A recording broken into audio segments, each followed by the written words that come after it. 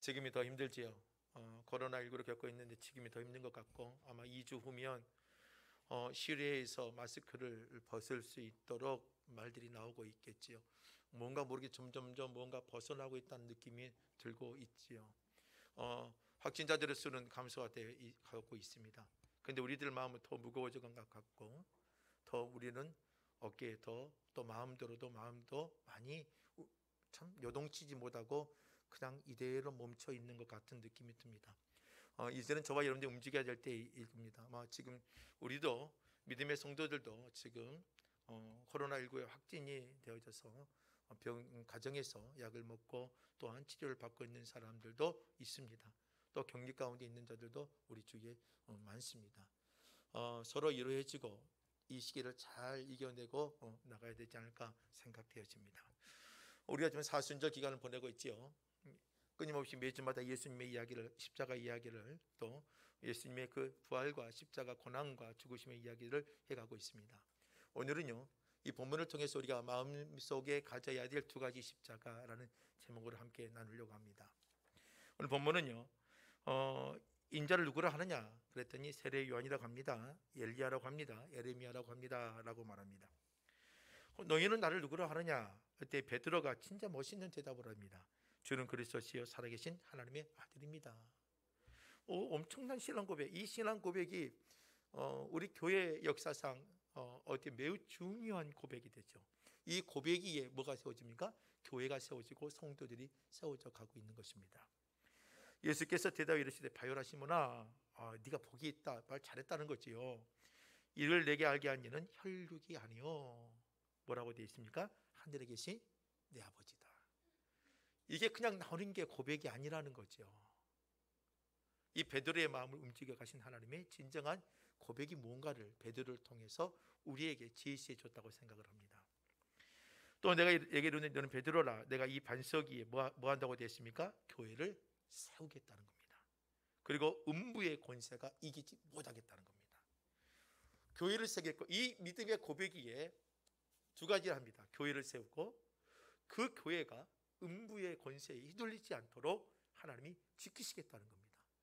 자, 이처럼 믿음의 고백이 얼마나 중요한지 아시죠? 여러분, 단순히 교회를 다니는 게 아니라 여러분들 이 신앙의 고백을 갖고 있어야 됩니다. 이 신앙의 고백을 소유하고 있었을 때에 우리에게 뭐가 되느냐? 하나님의 교회를 세울 뿐만 아니라 세상의 유혹과 세상의 거센 파도 속에도 흔들리지 않는다는 겁니다. 그래서 여러분들 끊임없이 이 신앙의 고백을 여러분 되새기며 나가야 되는 거죠. 그러면서 예수께서 23절에 가서 21절에 가서 보면 그리스도께서 자기가 예루살렘에 올라가 장로들과 대제사장들과 서기관들에게 많은 공난을 받고 죽임을 당하고 제3일에 살아나야 할 것을 제자들에게 비로소 설명합니다. 이런 고백도 나왔고 잘 됐지요. 이제 예수님께서 제자들에게 가르치는 겁니다.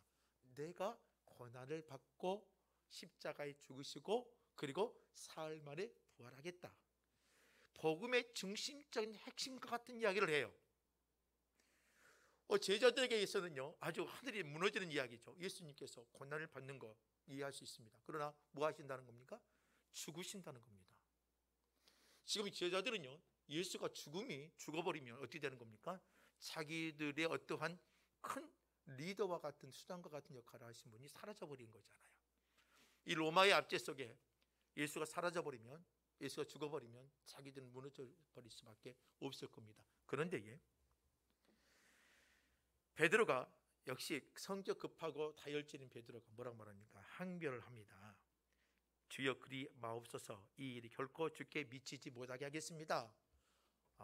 자기 자칭 정오가 되겠다는 겁니다. 못하게 하겠다는 거지요.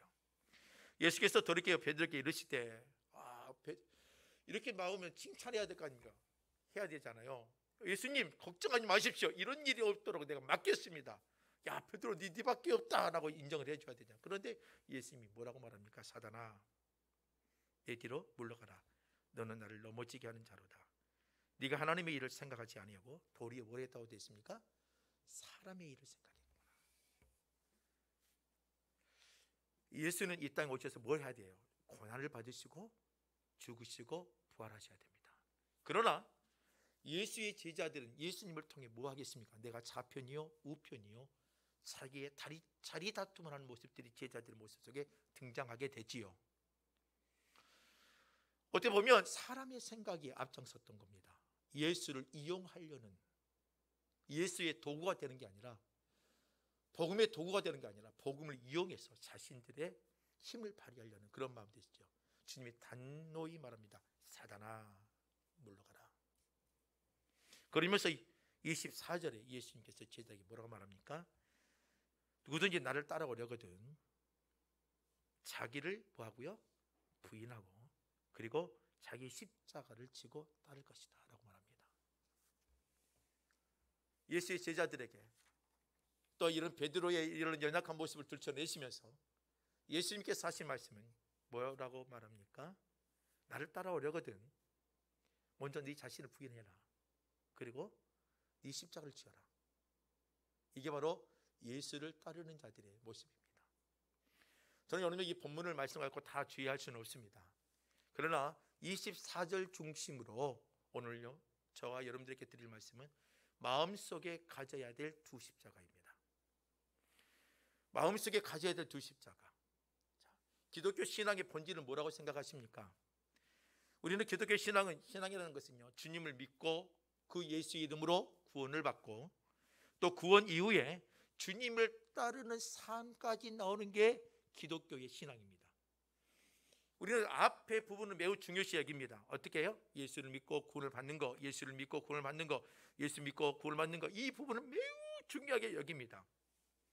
그런데 그 뒤에 있는 걸 우리가 매우 중요시 여기지 않죠. 주님을 따르며 어떻게 해요? 예수의 제자된 성도로 살아가는 거, 여기까지 가야 기독교 신앙의 본질이에요. 근데 여기까지 못 가는 게 우리가 안타깝다는 겁니다. 일터에서나 가정에서나 본질을 잃어버릴 때가 수없이 많이 있습니다. 여러분 중세시대를 종교의 암흑시대와 같이 표현합니다. 그런데 중세시대는요 성자와 성인들의 유골, 죽은 자들의 유골을 나누면서 교회에다가 이걸 아주 좋게 보관해 놓았습니다. 그리고 사람들이 그 성자의 유물을 보고 그곳에 와서 기도하고 그 성자의 이름으로 기도하면서 축복을 받으려고 합니다. 그래서 천주교는요, 중세의 가톨릭은요, 성자의 이름으로 기도하기도 합니다. 우리는 오직 예수의 이름으로 기도하지만 중세 가톨릭은 어땠습니까? 마리아의 이름으로 기도했고 성자의 이름 누구 이름으로 기도하며 이렇게 기도하는 것들이 많아요. 그런데 아주 성자 유명한 사람들이 죽은 유골이 있는 곳에 가서 순례자들이 모여서 그곳에 가서 뭐예요? 그분의 이름으로 기도하며 그분의 은혜와 축복을 구하며 도움을 구하는 기도들이 많이 했다는 거죠. 순례자들이 자꾸 오니까 뭐 하겠습니까? 그 교회가 돈이 물질이 많아지겠지요. 그러니까 이들이 어떤 일이 벌어져요? 그곳에 있는 유골들을 서로 도적질하고 빼앗고 싸우는 일들이 벌어지게 되었습니다. 토마스 아퀴나스가요 살아있을 때부터 사수에 있는 사람들이 저분은 성자야 성인이 할 정도로 인정을 받았습니다. 그가 1274년에 병으로 죽었습니다. 수도원에서 병사하면서 이제 죽음을 당했습니다. 그 시신은 어떻게 했느냐, 바로 죽자마자 그들이 가마솥에 끓여서 뼈와 살을 분해해서 그 유골들을 나눠 가졌습니다. 그래서 수많은 사람들이 자신들의 교회에 순례자의 발걸음을 오게끔 만들었습니다. 왜요? 그들이 와야 돈이 많아지기 때문에.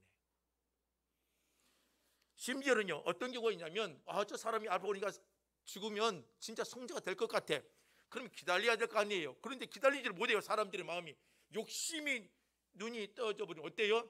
사람이 죽지도 않았는데 가서 미리 죽이는 겁니다. 그래서 그 사람의 뼈를 성자 취급해서, 유명한 성자 취급해서 그들의 뼈를 그들의 교회에 안치하고 사람들이 오게끔 하고 돈을 벌었다는 거죠. 이처럼 중세의 기독교 신앙이 본질이 타락되어지고 본질이 어때요? 잃어버리면 이렇게 무서운 일들이 벌어지는 겁니다. 이게 중세 시대만 그럴까요? 그렇지 않아요. 오늘 저와 여러분들이 사는 이 시대도 마찬가지입니다.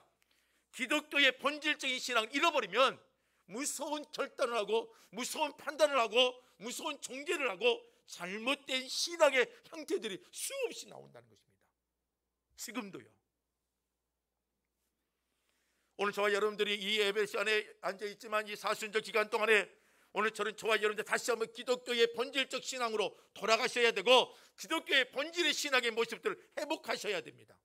여러분, 기독교의 본질 이야기하면은요, 기독교는 축복받는 종교입니다. 어떻게 보면 맞는 것 같기도 하고 안 맞는 것 같기도 해요. 그렇죠? 기독교는 능력의 종교입니다. 맞는 것 같기도 하고 안 맞는 것 같기도 해요. 여기에 우리가 중요한 걸 놓쳐버린 게 하나 있습니다.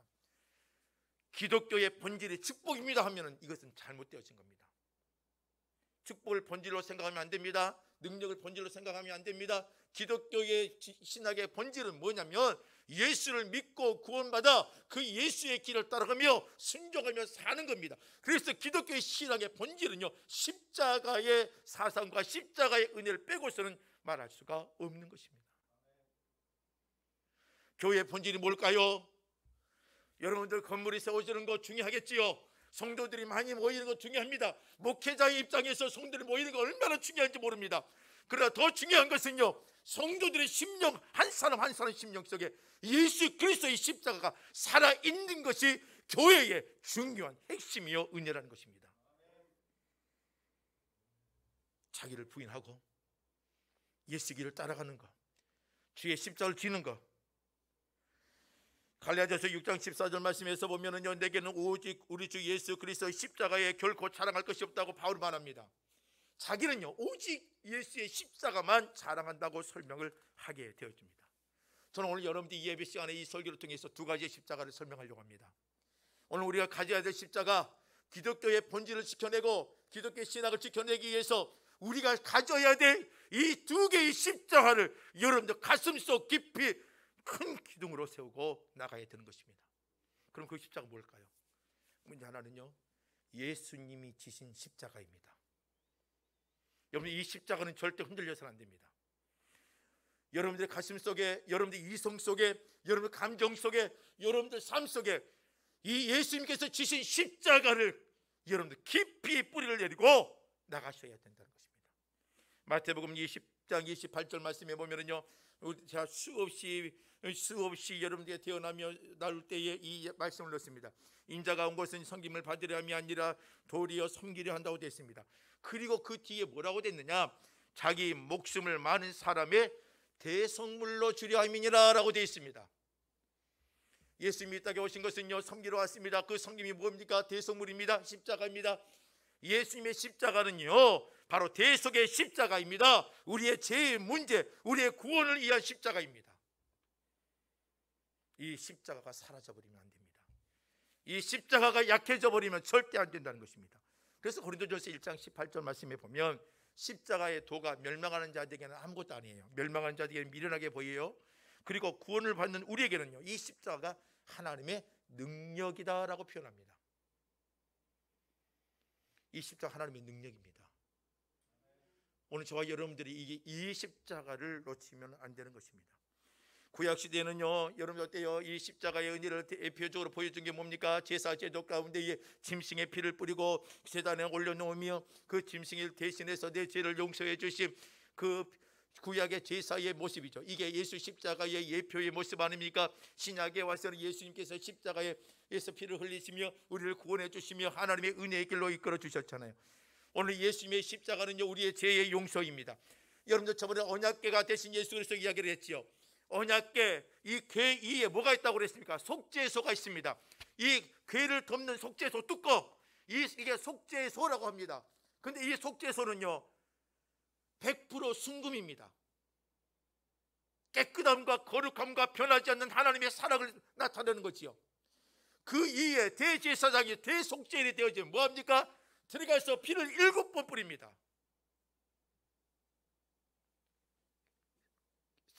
죄 씻음을 말하는 겁니다. 오늘 예수의 십자가가 뭐입니까? 그 속죄소, 법궤를 덮는 속죄소, 그 아카시아 나무 같은 조각목 위에 금질을 하면서 그 법궤에 인간의 연약함이 들어있던 그 세 가지의 물건 위에 속죄소가 덮여지며 그곳에 피를 뿌리며 우리의 연약함을 용서해 주시는 것이 언약궤 아닙니까? 오늘 그 모습을 누가 보여줍니까? 그 모습을 완전히 성취하신 분이 누굽니까? 바로 예수 그리스도라는 것입니다. 그 십자가 이에 예수님의 피를 흘리시며 언약궤가 되어주신 예수님의 피 흘림이 우리의 대속물로 오셔서 우리의 죄를 용서해 주신 그 놀라운 사건을 성취하신 겁니다. 예수님은요, 종교법에 의한다 그러면요 어떻게 됩니까? 십자가에 처형을 당하면 안 되는 겁니다. 예수님은 유대 종교의 율법에 따르다면 예수님은 십자가에 져서는 안 돼요. 어디에? 돌에 맞아 죽어야 됩니다. 누구처럼요? 스테반처럼. 누구처럼요? 가늠한 여인처럼 돌에 맞아 죽어야 돼요. 이게 종교법에 맞아요. 그러나 예수님은 언약궤 대신 예수 그리스도를 성취하기 위해서 어디에서요? 십자가 이에서 그 피 흘림을 입어야 돼요. 그래서 주님은 십자가의 처형을 받기 위해서 주님께서는 어때요? 그 많은 여정들을 가지게 되어지는 거죠. 예수님의 십자가는 바로 그 십자가입니다. 대속의 십자가라는 것입니다. 예수의 십자가로는요 우리의 죄를 이길 수 있습니다. 예수님의 십자가는요 예수의 피를 힘입어 히브리서 10장 19절 말씀에 보면은요 예수의 피를 힘입어 성소에 들어갈 담력을 얻었다라고 표현합니다. 우리는요 하나님을 대면할 수 없습니다. 호렙산 떨긴 나무 위에 모세도 하나님을 보지를 않았습니다. 호렙산 떨긴 나무 위에 그 불꽃 떨기로 만나신 거지요. 오늘 우리가 성소에 들어가 주님을 대면하는 거, 여러분들 대제사장도 그곳에 들어가서 목숨을 구하기가 쉽지 않았습니다. 거룩하지 못하면 들어갈 수가 없었습니다. 그런데 예수의 피로 힘입어 성소에 들어갈 담력을 얻었다고 되어 있습니다. 죄인입니다 우리는요. 그러나 예수의 피가 주님과 소통하고 주님과 관계를 맺을 수 있도록 우리에게 은혜를 주신 거란 겁니다. 이 십자가의 은혜가 오늘 저와 여러분들 속에 있어야 되는 것입니다. 예수의 십자가는요 죄만 이깁니까? 이 대속물로 오신 예수의 십자가는요 우리에게 부활의 십자가로 다가옵니다. 지금 사망 권세를 이겨내고 우리에게 다시 부활의 소망의 은혜를 주시며 하나님의 나라에 대한 소망을 가질 수 있도록 보여주는 게 예수의 십자가입니다. 또 예수의 십자가는요 상황과 환경을 고쳐냅니다. 변화시켜냅니다. 여러분 이스라엘 백성들 구약에 보면은요 그 땅이 하나님과 영적인 관계가 온전치 못하며 그 땅이요 이른 비와 늦은 비가 사라지고 매일매일 쏟아지는 이슬 같은 은혜가 사라지고 그 땅에 가뭄이 되어지고 그 땅이 어때요? 피폐화 되어지고 그 땅에 추수할 것이 없습니다. 그런데 이스라엘 백성들이 하나님과의 관계가 온전히 세워지며 그 땅에 다시 한번 이슬이 내려집니다. 이른 비와 늦은 비가 내려집니다. 그리고 추수할 것들이 많아지고 열매들이 자라고 풍성함을 누리게 되어 있습니다. 성경에는 이걸 이렇게 표현했죠. 역대하 7장 14절 말씀에 보면 내 이름으로 일컫는 내 백성이 그들의 악한 길에서 떠나 스스로 낮추고 기도하여 내 얼굴을 찾으면 내가 하늘에서 듣고 그들의 죄를 사하고 그들의 땅을 고칠지라라고 되어 있습니다. 왜 목회자들이 기도를 강조할까요? 왜 하나님을 찾으라고 이렇게 강건하게 강단에서 외칠까요? 하나님의 백성들이 역대하에서 말합니다. 그들의 겸손히 낮추며 하나님을 찾으면 그들의 죄를 사하시고 그리고 그들의 땅을 뭐한다? 고친다고 되어 있습니다. 예수의 십자가는요 사람을 변화시키고 여러분들의 주위의 환경을 만들어내고 여러분들의 환경들을 바꿔내며 변화시키는 게 예수의 십자가입니다. 여러분들 예수의 십자가 붙들고 한번 나가보십시오. 저는요 이런 말을 많이 듣습니다. 예수 믿으면 밥이 나옵니까? 예수 믿으면 돈이 나옵니까? 라고 말합니다. 너무 가슴 아픈 질문들이에요. 여러분 예수 믿으면 돈이 떨어집니까? 떨어지질 않지요. 밥이 만들어지질 않지요. 그러나 돈이 나옵니다. 밥을 만들어낼 수 있습니다. 왜요? 예수의 십자가는요 내 삶의 전반적으로 전인격적으로 우리를 고치시기 때문입니다. 일할 수 없는 사람에게 일할 수 있는 의지를 주시고요, 여러분들 삶을 포기하는 자에게 삶을 다시 희망을 가지며 움직이게 만들고요, 공부를 하는 자들에게는요 밤새 코피가 터지며 공부할 수 있게 만들어내고요, 자신의 꿈을 찾아 열심히 노력하며 움직이게 만드는 게 뭐냐? 바로 십자가의 은혜라는 것입니다. 예수의 일을 붙잡고 한번 나가보십시오. 여러분들의 삶의 모습들은 완전히 달라지게 될 것입니다. 이 많은 경험들이 여러분들 안에 있어야 됩니다. 근데 그 경험을 누굴 통해서요? 다른 사람들의 어떤 좋은 말, 좋은 위로 아닙니다. 여러분들 가슴 속에 묻어져 있는 예수의 십자가 이름을 붙잡고 여러분들의 가정을 변화시켜 보십시오. 여러분들 자신을 한번 변화되어 보십시오. 여러분들의 삶의 터전을 바꿔내 보십시오. 그럴 때에 놀라운 은혜들이 나타나게 되어져 있다는 것입니다. 또한 예수의 십자가는요, 자기를 이기는 능력을 줍니다. 바울을 보세요. 예수님을 만난 이후에 그의 마음속에 가지고 있었던 것, 그의 생각의 율법적인 사고가, 바울은요 예수를 믿고 기독교인들을 잡아다가 얼마나 많은 고통을 줬고 얼마나 많은 사람들 죽여내고 얼마나 많은 교회를 무너뜨렸습니까? 그런데 그가 바뀌어냅니다. 자기가 변화되어집니다. 자기를 이겨냅니다. 자기가 가지고 있었던 가치관과 사상들을 이겨냅니다. 무엇이? 예수의 십자가입니다. 부활의 십자가이고 고난을 받으시고 우리의 죄의 문제를 해결해 주신 그 십자가가, 바울이라는 사람, 어떻게 보면 극악무도한 사람이죠. 똑똑한 지성인이 자신이 갖고 있는 권력을 가지고 수많은 사람들을 무너뜨렸고 교회를 핍박했던 그 사람이 예수를 만나고 그의 삶은 완전히 달라지는 겁니다. 자기가 가지고 있던 신념 무너져 버렸습니다. 자기가 가지고 있던 율법적 사고 가치관이 무너져 버렸습니다. 그리고 온전히 주를 향해 달려가는 믿음의 사람이 되어지고 마지막 순교의 자리까지 가게 되는 게 바로 바울입니다. 십자가는 내 자신을 이기게 합니다. 내 가치관과 신념을 이기게 합니다. 여러분이 이곳에 앉아 있지만 우리에게는 다 뭐가 있냐면 고집이 있습니다. 나쁜 말로는 고집이고 좋은 말로 표현하면 철학입니다. 또 신념입니다. 자기만의 삶의 신념이 있고 가족에 대한 신념, 철학들, 가치관들 다 있습니다. 여러분들 교회도 마찬가지입니다. 교회를 바라보는 사람들 전부 다 자기들만의 가치관들을 가지고 바라봅니다. 그게 무섭다는 거죠. 그래서 뭐가 필요합니까? 예수님의 복음의 십자가의 은혜가 필요합니다. 왜요? 그 신념을 이겨내고 예수의 복음의 가치관으로 만들 수 있기 때문입니다. 오늘 이런 십자가를 여러분들 가슴속에 품고 살아야 됩니다. 여러분들이 연약합니까? 제가 있습니까? 주님의 십자가를 붙잡으십시오. 여러분들 죄의 문제 해결되어집니다.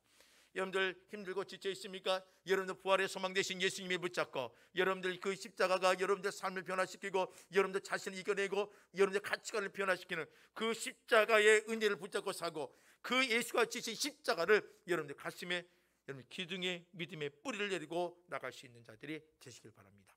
두 번째로요, 우리가 또 지어야 될 십자가는 내 십자가입니다. 우리는요 예수의 십자가를 붙잡으라, 이것은 너무나 잘해요.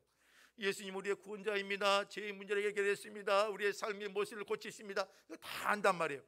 그렇다면 진정한 기독교의 신앙의 앞에서 말했지요. 예수의 이름으로 구원을 받았습니까? 그런데 그 다음에 뭘 해야 돼요? 예수의 이름을 따라가며 예수의 제자화가 되어지는 게 기독교의 신앙입니다. 예수를 믿었는데 10년 전이나 지금 똑같다면 문제가 있는 겁니다. 심각한 문제가 있는 겁니다. 예수를 믿으면 우리의 모습들이 달라져야 되는 겁니다. 예수의 제자가 되어져야 됩니다. 그래서 우리가 두 번째 십자가 뭐냐면 내가 가져야 될 십자가입니다.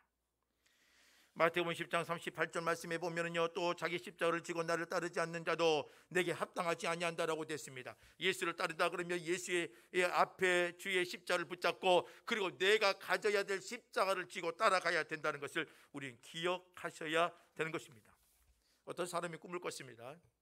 아주 믿음이 좋은 사람이에요. 그 사람이 꿈을 꾼 가운데 꿈을 꾸는데 앞에 어떤 분이 뭔가를 십자가를 지고 막 올라가는 거예요. 가서 봤더니 예수님이에요. 그래서 예수님이 앉아서 갔습니다. 예수님 그 무거운 십자가를 지니까 힘들잖아요. 내가 대신 저까지 옮겨 드리겠습니다. 주세요.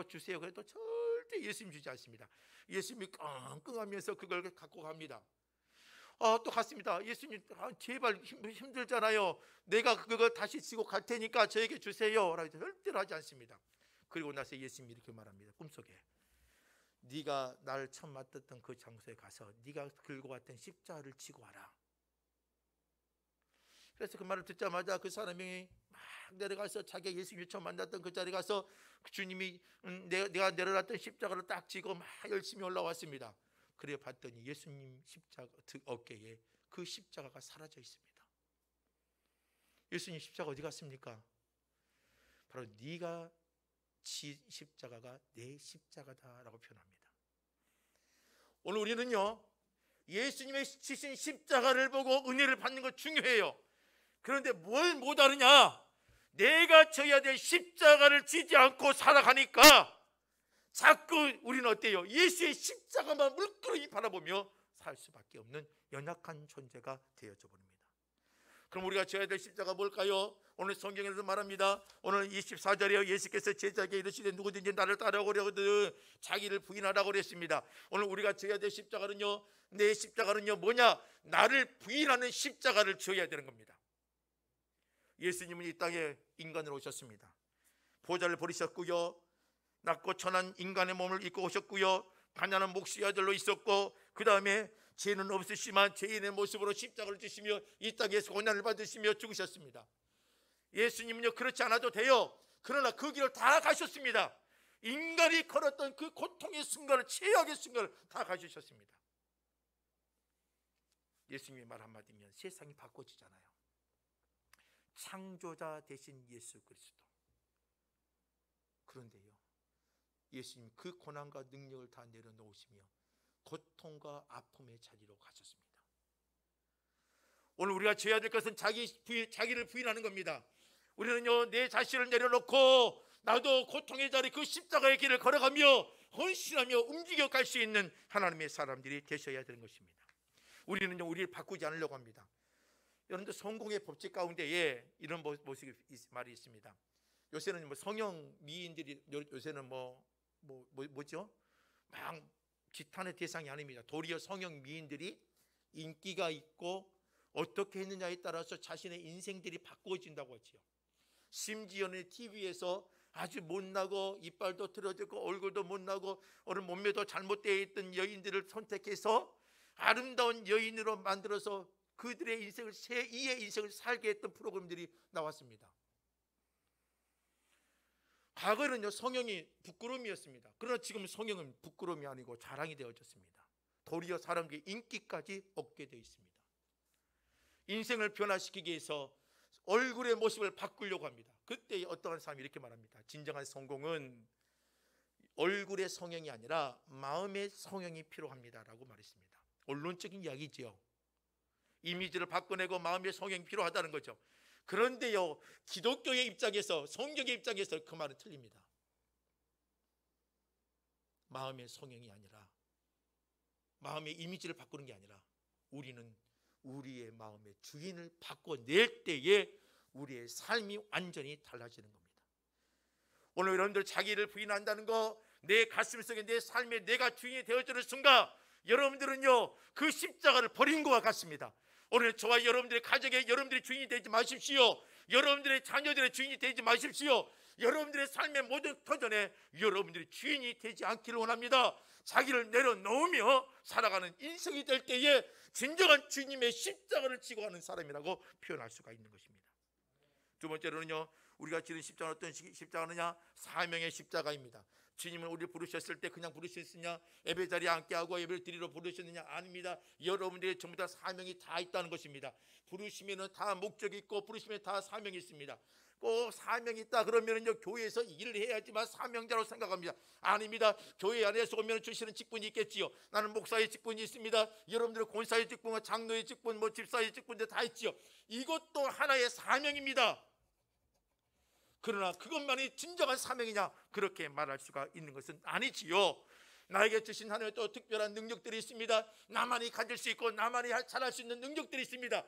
그 능력을 가지고 하나님의 영광을 드리는 것도 사명입니다.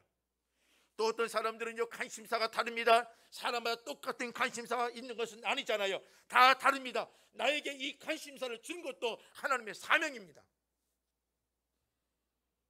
또 아픔도 사명입니다. 이렇게 한 사람이 있죠. 왜 하나님 나만 이런 고통을 주십니까? 왜 나만 이런 아픔을 줍니까? 고통과 아픔도 사명입니다. 우는 것도 사명입니다. 왜 하나님 나에게 이런 고통을 시련의 순간들을 줍니까? 그 아픔을 믿음으로 이겨내고 그 고통을 믿음으로 이겨내고 기도하며 이겨내는 그 모습이 우리가 보여줘야 될 진정한 믿음의 사명입니다.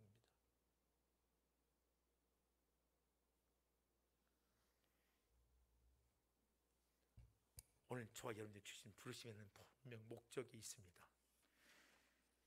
오늘 저와 여러분들이 하나님이 부르신 거 그냥 헛된 게 부르지 않습니다. 여러분들이 주신 환경, 여러분들이 주신 어떤 특별한 능력들, 여러분들이 가지고 있는 관심사들, 이게 아무것도 아니라 생각하지 마십시오. 그건 여러분들이 이 땅에 살아야 될 사명의 모습들입니다. 혹시 지금 엄청 힘들고 어렵고 삽니까? 그걸 믿음으로 이겨내십시오. 여러분, 혹시 여러분들에게 하나 특별하게 하나님의 어떤 능력을 주셔서 뭔가 일을 할 수 있게끔 주셨습니까? 그걸 최선을 다해 일을 이루어내십시오. 그로 통해 하나님의 영광을 가리우지 않았으면 합니다. 마지막으로요, 우리의 십자가는 뭐냐? 섬기는 십자가입니다.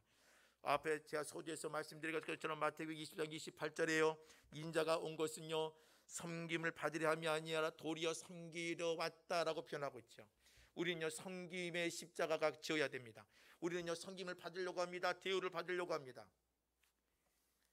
저는요, 지금도 어디를 가든지 막내의 역할을 합니다. 저도 이제 후배가 있습니다. 2002년에 목사 안수를 받고 이제는 벌써 2022년이 됐으니까 목사 안수를 받은 지만 해도 20년이 넘었습니다. 이제 노예를 가더라도 시차를 가더라도 이제는 막내 아닙니다. 이제는 어느 정도 보니까 알게 모르게 올라와 있더라고요. 그러나 지금도 어디를 가든지 막내처럼 섬깁니다.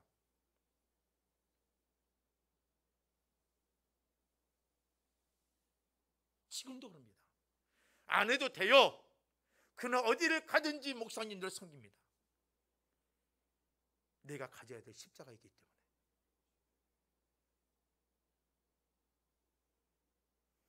저도 어떻게 해서든지 제도 비상금을 모읍니다. 진짜 어떻게 해서든지 모읍니다. 가정을 섬기기 위해서. 그 비상금으로 아이들에게 고기 사줄 때 아이들이 맛있게 먹고, 아빠 비상금 풀었다, 그 말을 듣고 아빠 비상금 풀었어? 좋다. 그 모습을 볼 때 얼마나 행복한지 모릅니다.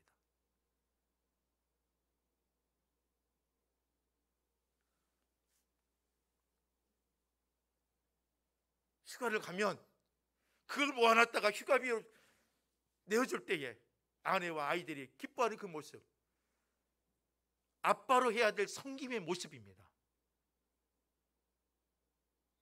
큰 금액은 아니지만 오늘 우리가 져야 될 십자가가 수없이 많습니다. 오늘 우리가 보여줘야 될 섬김의 모습이 얼마나 많은지 모릅니다. 저는 여러분들 그런 섬김들이 여러분들 안에 있기를 주의 이름으로 부탁을 드립니다. 기도에 섬김 해야지요. 예배를 통하여서 섬김도 해야 되지요. 교회 나와서 섬김도 해야지요. 당연합니다.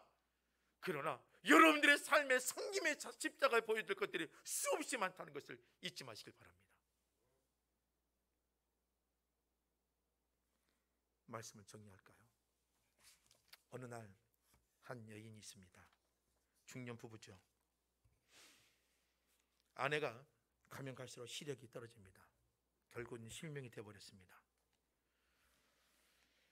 이 아내를 데리고 이 아내가 일했던 곳으로 출퇴근을 시켜주고, 그리고 자기는 또 자기의 일터로 갔습니다.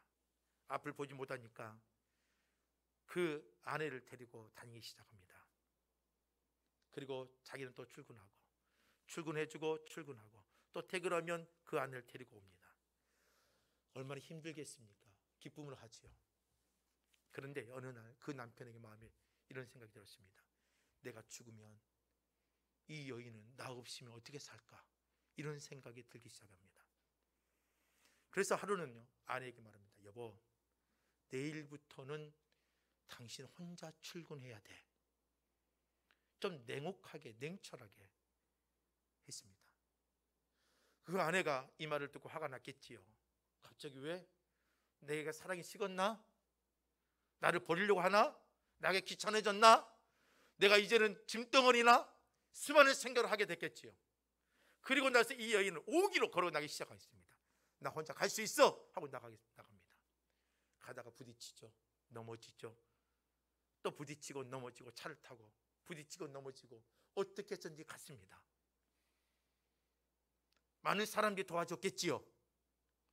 그리고 오랜 시간이 지났습니다. 이제는 자연스럽게 혼자 다닐 수가 있습니다.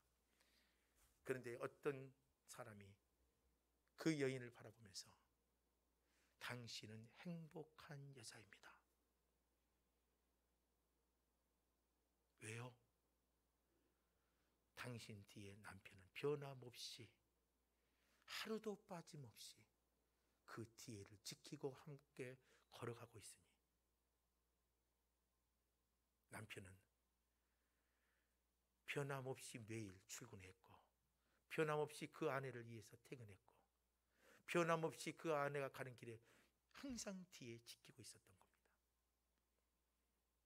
진정한 섬김이죠. 저는 예수님을 믿는 그리스도인들, 이제는 우리는요 2가지의 십자가를 지어야 됩니다. 하나는 주님이 지으셨던 십자가를 갖고 있어야 됩니다. 왜요? 그건 우리의 구원의 문제이기 때문입니다. 예수의 십자가를 갖고 있어야 되죠. 왜요? 그건 우리의 죄를 해결할 수 있는 놀라운 하나님의 은혜의 십자가이기 때문입니다. 우리는 그 예수의 십자가를 가슴에 품어야 돼요. 왜요? 우리는 이제 죽음을 이겨내 부활의 소망의 십자가가 그 십자가이기 때문입니다. 그러나 그 십자가로 우리가 살아가며 우리가 이 땅에 보여줘야 될 십자가가 있습니다. 그건 나를 부인하며 나를 낮추는 십자가가 필요합니다. 그리고 그 십자가를 통하여 예수의 마음을 갖고 사명을 감당하는 마음이 필요합니다. 그리고 진정한 섬김의 십자가를 보여줘야 됩니다. 한 손으로 예수의 십자가를 품었습니까? 그럼 한 손으로 뭘 해야 될까요? 그 십자가를 드러내는 모습이 보여져야 됩니다. 이 2가지의 십자가를 가지고 사는 게 우리입니다. 이 십자가를 놓쳐버리는 순간 교회는 무너집니다. 성도는 무너집니다. 오늘 우리의 신앙은 헛되이 무너질 수밖에 없습니다. 이 2가지의 십자가를 가슴에 품고 나가기를 원합니다.